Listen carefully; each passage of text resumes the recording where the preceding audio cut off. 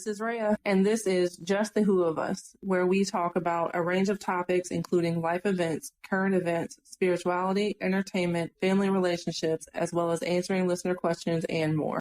I really wanted to have you guys here for January because my initial focus for January, when I was planning a couple months ago, was finance. I just thought it would be, the perfect thing to start out the new year talking about. So I'm really, really happy you guys are here, and I'm going to let you take over and tell me a little bit about yourself. Sure. You want me to go? Okay. I'm Gabby, and this is Fran, and we are business partners for Transamerica. Transamerica is a national company. We have 100 offices throughout the nation, and locally we're here in Charlotte off of Arrowwood over by Topgolf. So Fran has been in the financial services industry for how many years? 20 some odd years that she doesn't want to disclose how many years exactly. Right. And I've been in the industry for 3 or 4 years now. Okay. I previously was an educator, a guidance counselor for the school system, and then was home with my kids. And after divorce, was looking for a change and something that would give me flexibility. And financial services is it. So that's how I found the industry. And we recently started working together just a few months ago, and understand that there need to be more women in our industry. It's one thing, Rhea, that you and I had talked about, but this is a male-dominated industry, older male industry, and we need more females in general, but female leaders specifically. Yeah. And so I was thrilled to meet Fran because I know that it's rare to find a female partner that I could work with. Yeah. One thing that stood out, there are so many things that we could talk about, right? Just from our conversation. One thing that stood out that we talked about was financial recovery and planning after, these unexpected life events. And it wasn't really relevant to me at the time. I've been through a divorce. We didn't have assets together or anything like that. So we do share children, but we got to a place where we could just agree on things. However, I do know people who've gone through a divorce and it has not gone that way. You share assets. Right. Both people want to keep certain things, or long-term care, for example, for my stepmom, financial recovery after losing my father and the things that they, financially share and stuff like that. It's when you go through these life events, that's the last thing you want to think about, finances. How do I pay for this? What do I do after I have to pay for this? They were talking with funeral arrangements. They were like, oh, $6,000-$7,000. Oh, but you can pay like $25 a month, which is great, but what? Forever. Yeah, for the rest of your life. For the rest of your life, right? Like I'm like, what? So it's good to have financial plans. I know one thing that me and my fiance have talked about. So like I said, I've been married before. He is not. We kind of shifted places in certain things of marital planning. I wanted to wait, and he wanted to get married right away. Well, for different reasons. And I was just kind of like, let's do these certain things first. And now we've kind of flipped. We don't own a home together. We rent. He's been investing in the stock market. I've been doing different things. And now it's kind of like certain aspects of waiting legally were beneficial. So it's kind of like flipped. Like he's like, okay, I wanted to get married right away and he wanted to wait. Now he wants to get married and I want to wait. But it's because we've both learned more about finances, right? So he's looking at it as like, what's the financial benefit in this aspect? And I'm like, well, there's certain things that are beneficial in this aspect to wait. So it's tax changes, there's all different types of changes when you're married. yeah, As and opposed there's to single or head of household. Mhm. yep, yeah. It's like I see the benefits of both, and maybe Mhm. maybe I'm a little biased because I haven't been married, right? I kind of want to get certain things in order before we make this legal decision, whereas he hasn't been married before, Mhm. and he's kind of like, well, no, I think this would be best, like I said. But however, we have our financial focuses in different places. Right. He's always been like the long term, and I've always been like the right now, because I always had Well, kids. one of the things that we pride ourselves on is building that relationship with our client and sitting down with our client and asking them, what do they want to get from this appointment? What do they want to get from us? Where do they see? We were just talking about this Yeah. actually. Where do they see this relationship of partnership between the client and us going? Yeah, So that we can provide them exactly what they need. And we can look if there's any pitfalls or holes and advise them. We want to be their financial advisor through the long haul, not right. just this one single transaction, Yeah, but be there through the whole thick and thin of it. I have clients that still call me and say, hey, I need this and I need to do this. What are your thoughts? They don't need me to do anything, but they just bounce things off me because I've been their advisor. And right. that's what we want to be, their advisor along the way. Yeah, Yeah, and I think it's very common for, what you and your fiance are going with, are going through. A lot of people come from different perspectives when it comes to money, whether they're already married or they're talking about getting married. And so that can create a lot of friction in a relationship. It's probably the number one thing that people argue about is money. Money. yes, And so, yes, making sure that you don't have to be on the exact same page, but making sure that the important commonalities are in place. Mhm. That you guys aren't both spending everything right away, or you're both, never wanting to spend anything. That yeah, creates friction if you don't talk about it. yeah. Absolutely, absolutely. And one of the other things that we take time with is explaining what it is and what we're offering when we find what their need is. Mhm. So some people don't know the difference between types of insurance. We'll spend that time educating because we don't want to be that transactional person for them. Yeah, yeah, that makes sense. You take an application for someone and then they walk away saying, what did I just do? I don't want people to feel that way. I want them to feel like they've made a decision for their future and they've taken care of something that was on their list and make them feel like they've accomplished one of their goals.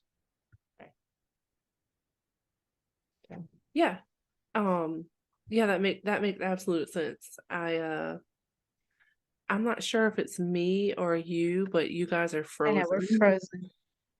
I know. Can you hear us still? Yeah, Yeah, I we're can hear you frozen. just fine. Yeah. Okay, as long as we can hear you, then yeah, it's Okay. okay. We're stuck. We're in limbo. Look at the look on your face, man. I don't know what's going on there. so life insurance has been a topic for us. Like I said, he's the long-term planner. And we've even talked about it, getting it for my mom. Um, it's something that we looked into because she has certain health issues, and we want to. When his mom passed, she had life insurance, but she hadn't had it very long and her health was pretty bad. So I think we got like a couple $1,000s to, you know, pay for her cremation and things like that. And help kind of, because she lived with us. So kind of help balance out our financial planning since that, changed. And so, life insurance has been a topic that we've talked about. And I know that he's taken some out. And he told me he took some out for himself. And I had mixed feelings because, a little selfishly, you know, and I know there are certain people that think like this is the only way I'm bringing this up because I think it'll be relatable.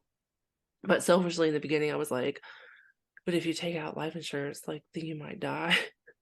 Like, is that something that people say, to you? It's kind of like a hesitation. No, I think it's planning, right? It's taking care of your family Yeah. in case of, but, and then I don't like when people feel like, oh, if I take out life insurance, that's going to be like this black cloud, or I'm Yeah. putting this, something's inevitable going to happen now. Or I look at it as though, especially if you have the new kind of insurance, there's products out there that are economical and take care of things while you're living. It doesn't have to be that you pass for them to kick in. So it comes from having conversations and educating and sitting down and like, take you and your fiance, for example, we would sit down and have conversations about what you have, what your goal is, what you want, planning. And it comes from having that open communication. Mm-hmm.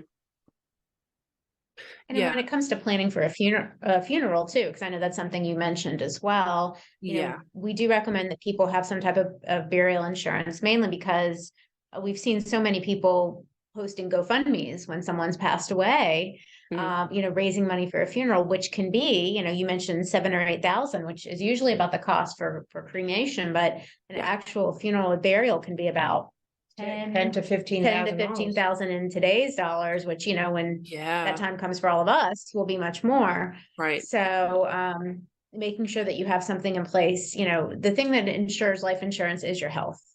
So if you're healthy, you don't know what next year will bring. It's always important to do it now, age and health. Right. Yeah. Your two factors. And people, when you have age, meaning you're young folks don't want to talk about that because, hey, I'm young and I'm healthy and I'm good and I'm not thinking about dying. Right. But that's the ultimate time to be smart thinking about it. Right. Yeah.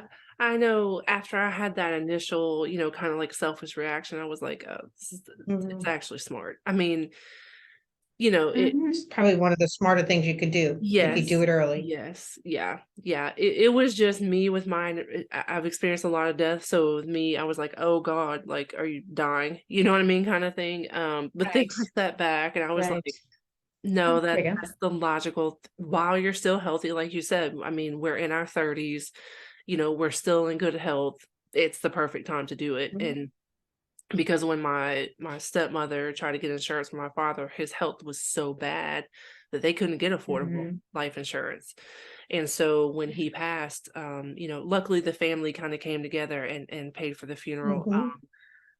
But yeah, they had him cremated or, like you said, the burial would have been even more. But luckily we were able to come together. I did still do kind of a GoFundMe for my stepmother, just because I knew that her finances were going to have to be adjusted.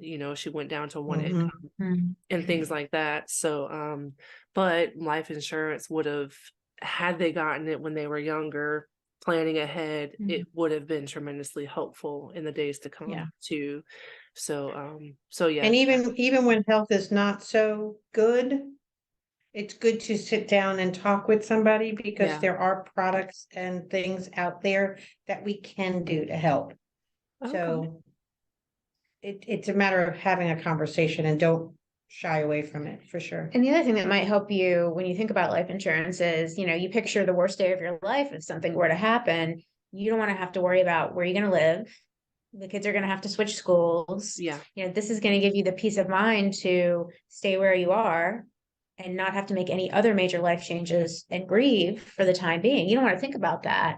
But if it were to happen, you don't want to make the situation worse by, being in an immediate financial bind. So this is going to buy you time. Absolutely. Buy you, and peace of mind for the kids. Yeah, absolutely.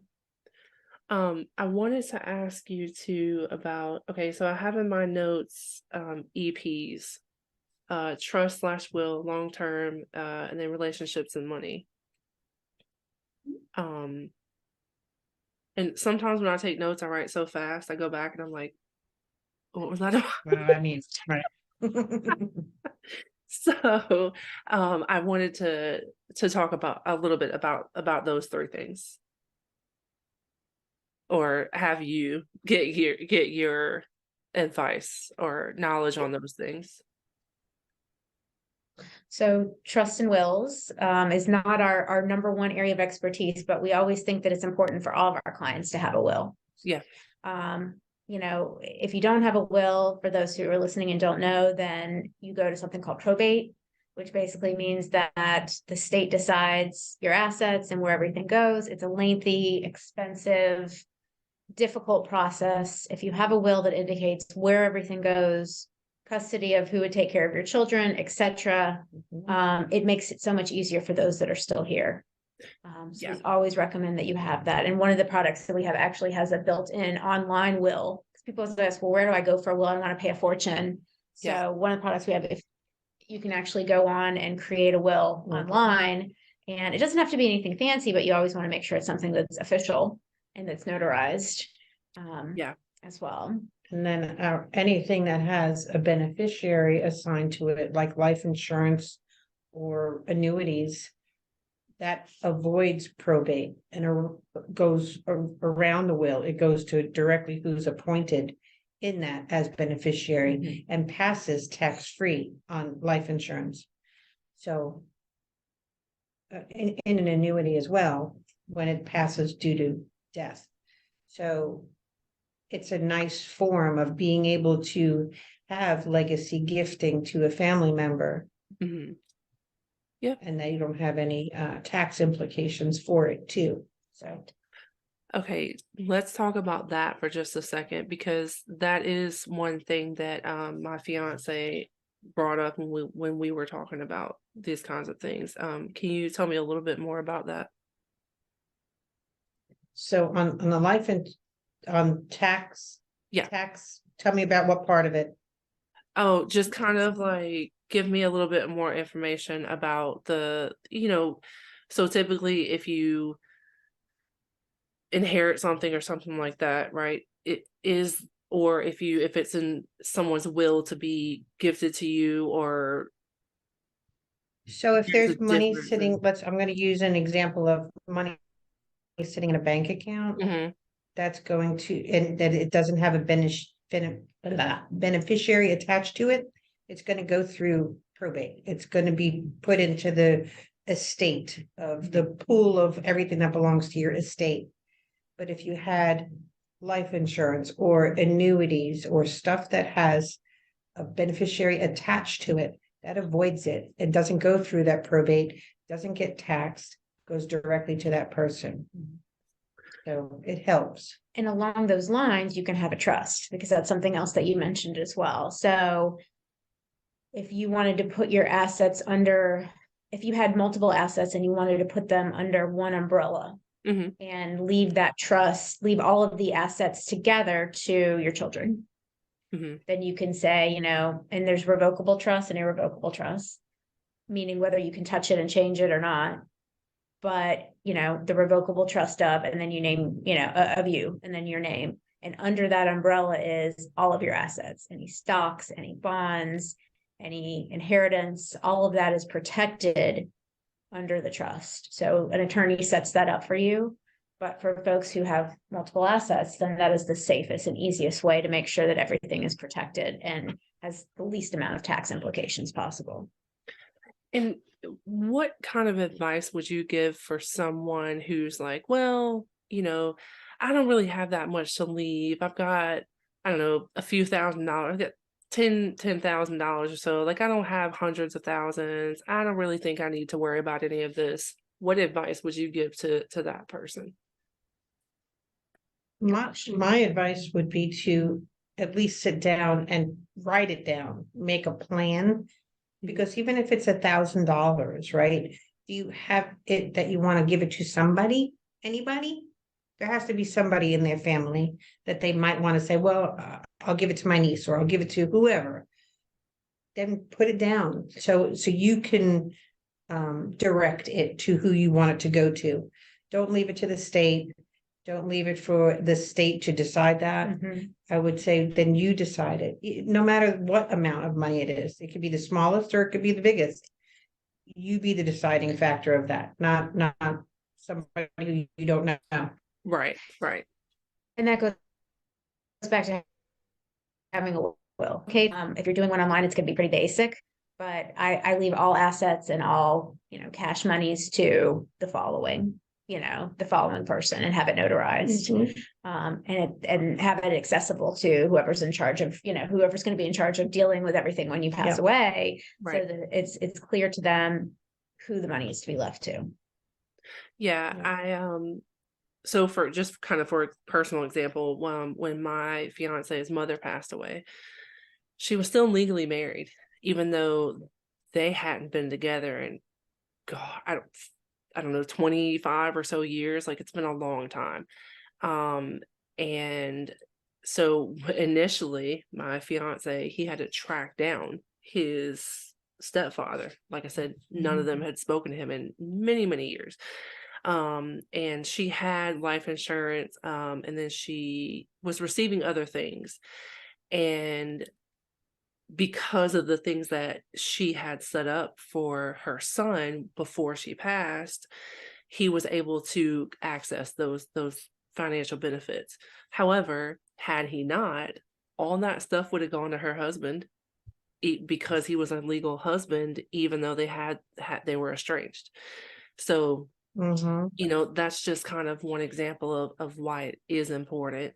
She didn't have, didn't have a house in her name. She didn't have any assets, physical properties, but she had the life insurance, she had her pension and things like that. And so, that's kind of why I was asking for people who, I don't really have that much to leave, your advice, because it is still important to have these things in place, because like I said, he would have had absolutely nothing, and he was the one who cared for her throughout the life for, since her and her ex-husband went separate ways. And so had he not had anything set up and had this essential stranger gotten all the benefits, it would have been difficult, maybe even difficult to prove, and then it would have been a process if my fiance even got anything. And so it's it's important, even if you don't really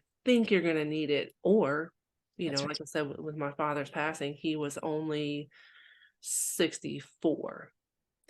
So Gosh, young. yeah, imagine being like, oh, I don't really need to do this until I'm like in my 70s, 80s, or whatever. Yeah. Having done this, I usually tell 30s. people two things. Especially when I'm in a bigger group of people that I'm talking to. First is that we'd like to come and talk with you about the benefits that you have currently, not to change anything, but so that you understand what you have. And to understand how that works, whatever it is, whatever type of policy it is, because there might be things that are built into there that you don't even know that you have. So understanding what you already have in place and what it does. And then secondly, getting something like we have our concierge program, where it will hold and house all of your documents, so that God forbid something happens, it has all of your important documents in one place, safe in the cloud. And it also will alert your beneficiaries and have contact information for those beneficiaries. Because what if your fiance, in that scenario, maybe he didn't have mom's information or have to go track down his stepdad? It could have been maybe stored in there, and it would have made that process a little bit easier for him to handle whatever it was. So these are things that we do, and it starts with a conversation. And making sure that we're uncovering things with clients, so that we're helping them through now when everything is great. And maybe when things are not so great and they need something. But it starts with that conversation and that planning. Right. Yeah, absolutely. I think that's it's really important. And like I said, I say this as the do everything, focus on the now person.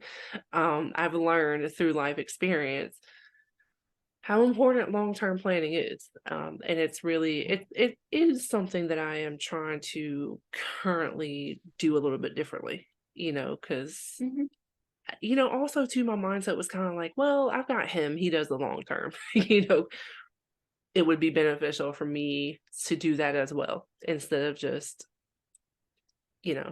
Well, we're going to make sure that you do. I appreciate it. The next thing I wanted to talk about, financial wellness. So, I focus on mental, physical wellness, financial wellness.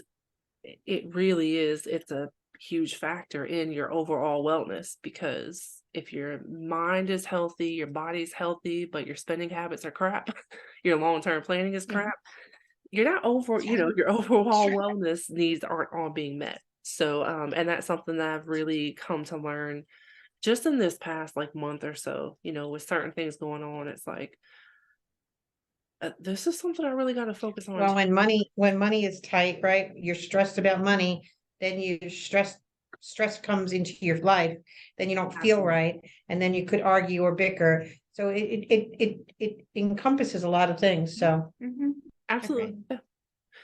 Yeah. I have for my financial wellness kind of notes that you ladies, I don't want to say cater to or focus on, but one area that you focus on, divorced, single, and remarried women. Why is this? I feel like I know the answer, but why is this kind of your focus? we're both divorced. We're both divorced. Fran's remarried. I'm not. Okay. Single. So we've both been through it. And we know how difficult it can be to start over. And we also know that sometimes people stay in marriages because they're worried about their financial picture. Absolutely. And are concerned they're not going to be able to maintain a lifestyle that's comfortable on their own and stay in situations where they shouldn't have to. Right. Absolutely. Yeah. I went through that myself before I got divorced, because we got married very young. We were like 21 and pregnant right away, after we separated. Once we got back together, we had another kid, and it was kind of like, okay, well, at this point I have 4, because I had 2 when I was really young. So it was like, I don't know like how I'm gonna do this with 4 kids, like just freshly over by myself. And so it is one thing, and he and I at one point came to agreement. We were like, no, we're just gonna keep living together, keep paying bills together, and all this stuff. And we never worked on our relationship. So obviously that didn't work, because you can't just force yourself to be in the home with someone who you essentially can't stand each other. So that's not healthy. And so yeah, it definitely happens. And when I did start over, it was terrifying. I moved out of state. And then I had to move back. So I essentially started over twice. It was a lot. And then I did it single, I did it with a partner. It really wasn't until I was just like, I'm just gonna do this, just me and my children, and focus on that. It wasn't then until I was kind of stable enough to where when he and I decided, my fiance and I, we decided to get engaged and move in together, it was a little bit easier to take care of things, because I had learned that I could do it by myself. It was scary, it was difficult. But you just kind of like get your feet back planted again. And it's like, okay, you figure it out. yes, I can do this. That's right. And we've helped, we've come across some folks that I think the biggest thing for me is, first of all, is taking care of a woman and empowering her to be independent and being successful, right? Yes. And when we've come across people that needing help, I think we're the first ones to roll up our sleeves and say, how can we help? Yes. And it's not about the life insurance or the annuity. It's how can we help? Yeah, we've been there. Yeah. And so I think that's what makes us kind of stand out from the rest, because it's not about a sale, it's about helping. and doing the right things for our That's customers. right. Yeah. Absolutely. What would you say? Because I know that you ladies are at different points in your lives, personally and professionally. So for you, Fran,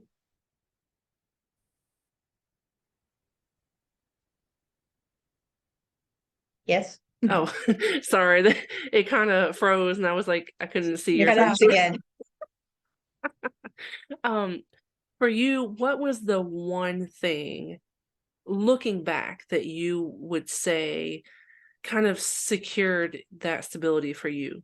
Not even so financially, but the point where you were like, okay, I can do this. I'm okay after your divorce. that's hard.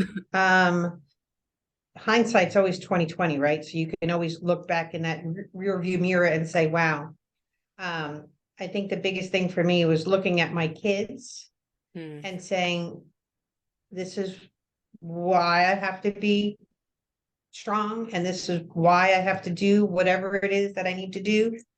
And I knew I had to be that for them. And I wanted, especially my daughter, I wanted to be that strong role model for her, Yeah. showing her independence for herself, knowing that she doesn't need anybody. I want her to be able to stand on her own 2 feet. Yeah. And what a better person to see it from in her house than her mom. So I have to be a good role model for them, you know. Yeah. Yeah, that's true. And then being in the financial industry, especially in insurance sales, we made us that we have that flexibility in our schedules, so it made things Yeah. easier for me. Yeah. And it accomplished a lot of things for me doing what we do, especially the flexibility part of it all. Yeah. Gabby, we both do the same thing. We're juggling schedules, juggling kids, juggling time, juggling appointments. So sometimes we're going at 8 o'clock in the morning, and sometimes we're going at 8 o'clock at night. Yeah. So, But we have time to get off the kids off the bus, and I have time to get my kids off the bus. I have time to take them to doctor's appointments. right. And I never have to ask for permission for that type of stuff, which is invaluable. Yeah.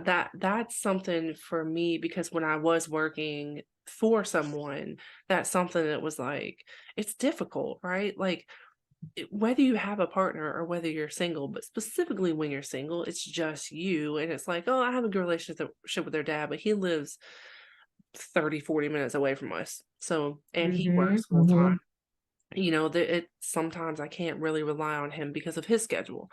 And so it's like, it helps to be able to You say, feel almost you're independent, that you have to do it by Yeah. yourself anyway. yes. It helps to be at a place where I can take them to and from school. I can take them where they need to go. You know, I can take them for a play date if I want, you know, whatever. And I don't work in the same industry that you guys, that you ladies work in, but I can relate in that aspect, you know, being able to say, Absolutely. I can take care of things and I can do it while still enjoying my children. Because when That's right. when I worked for someone else, I was at the mercy of them. Like, literally one morning I'm on the way to work, my daughter starts puking, and I didn't feel so hot. I'm calling, they're like, and I was like the assistant deli manager. So I'm calling, they're like, well, too bad. Somebody else called out, so you gotta be here.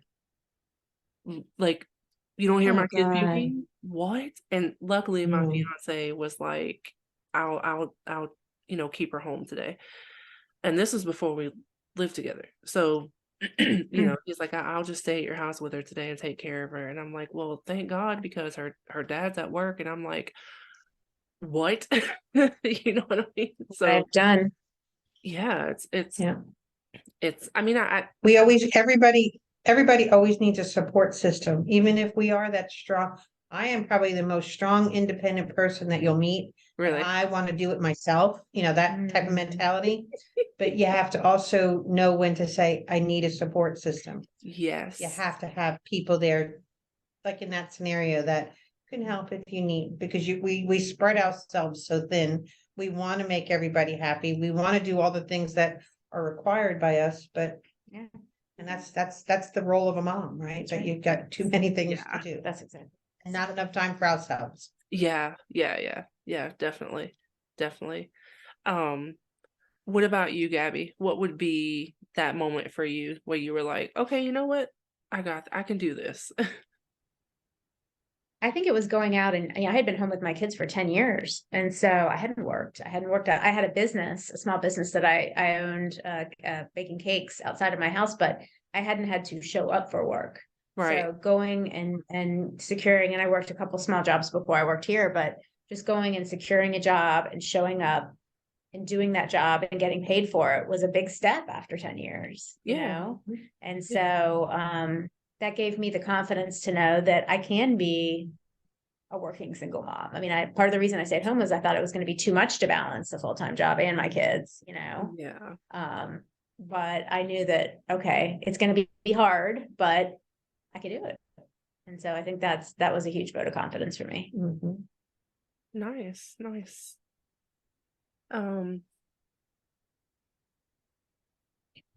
So we have about 10 more minutes, if that's okay for this Yeah, time. absolutely. And then we can come back another time. I would We'd be love glad to. to. I would love to have you back another time. We would love that.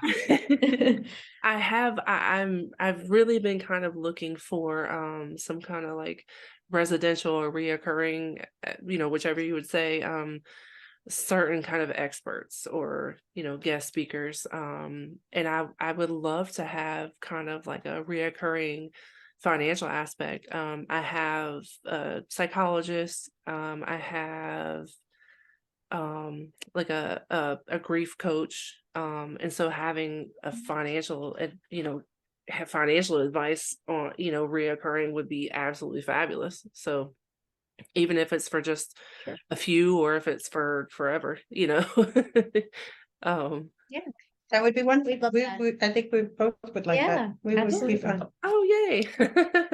Okay. So, do you guys have a website that So we can do. find We more also about have you? Facebook. So if you just want to learn about Transamerica, that would be www.transamerica.com. And then, Fran, you have a website too. I do. I'm just going to pull it up because I don't use it a ton. I actually use Facebook more than I use my website, but I'll give it to you. Hold on one second. What would you prefer? Would you prefer me to just put the Facebook if you don't use the website as much? Yeah, that's probably better. Okay. I would assume. So my Facebook is, let's see what the official title is. Let's see. So it is. Mine's not my real last name, so people get thrown off. Oh, it's confusing for them. So I think mine is this. It's Fran Girosh, Fran, and then my last name Gierasch, Transamerica. Is that your website or is that Facebook? That's my my business Facebook page. That's your Okay, Facebook gotcha. page, and this is, see that, and mine is Gabby Star Transamerica Agency Network. I guess dash Gabby Star dash Transamerica Agency Network. Okay. I think I might follow you already. Oh yeah, I think maybe you. So do you want to give them contact email or phone number? Fran, that easiest? I think the best way to get me would be my phone number. My phone number is 704-401-8214. Okay. Do you want my cell as well, or either one, Either whichever or. you want me to put for people to contact you. That's fine. I mean, I can call Fran.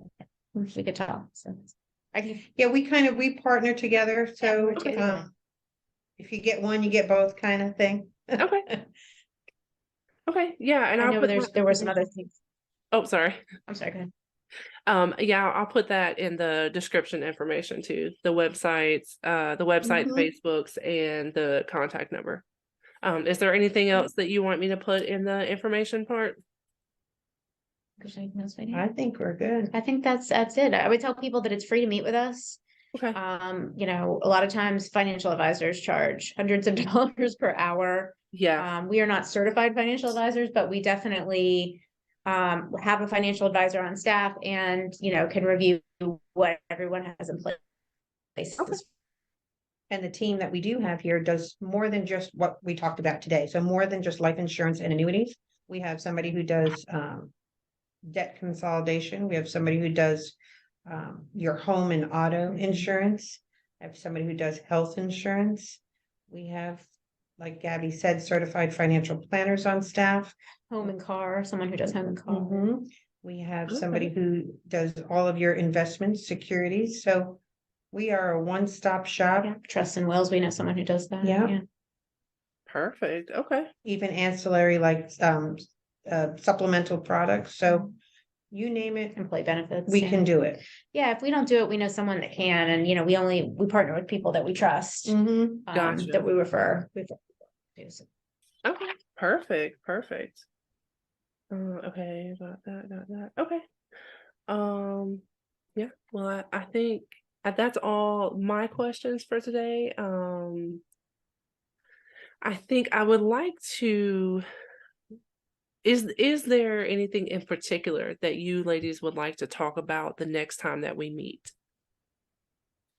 Well, I know we had talked about long-term care and the importance of having it. I think that would be a good topic. We can talk a little bit about Social Security as well. Okay. There's some things, especially if you have been divorced, that you should know. So I Yeah. think that's important that we address that as well. Fran, what else would you say? Knowing the different types of Life insurance. Products too.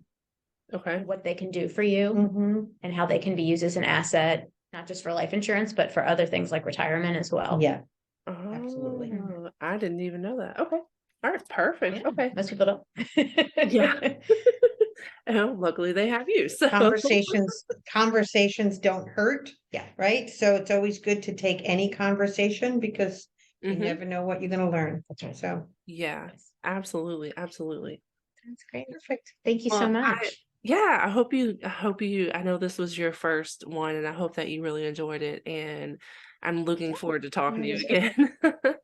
So you have a lot of good information that Awesome. most of us don't, a lot of us don't think to ask these kinds of questions because we're living in the moment. And really until you deal with death, it's kind of like, oh, wait a minute, like it's in front of you. It's like, oh, maybe I should start planning because this might happen to me too someday, Exactly. That's exactly right. So It's so true. People don't want to talk about death because they don't want to talk about the inevitable. Yeah. But we are the people who will be coming in the door bringing a check. Yeah. And instead of having our hand out like most other while a death happens. Yeah.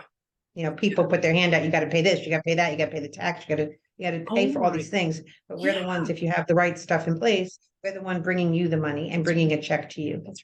Yeah, but I'm gonna say this one last thing and then I'll let y'all go. But it was crazy to me how many phone calls from debt collectors and things we got. I mean, with like a week of her passing, it was like everybody was calling wanting money, and we're like we don't have it. You know what I mean? Like, what do we do? So yeah, it's much more common than and they don't care. Oh, this person passed. Let's see who we can get their money from. It's not their family. They don't have. That's exactly right. So. Yep, that's exactly right. Right. But okay, I'll let you go, or I'll sit here and talk to you for another hour. It was so we lovely. Thank you, and we'll reach out to you offline. Yes, absolutely. we'll reach out. We're talking to you next week. Okay, thank you. See you later. Thanks. Have a good afternoon. Okay. You too. Bye. Check us out on YouTube. Ask questions, get information, and more at Just the Who Does Podcast.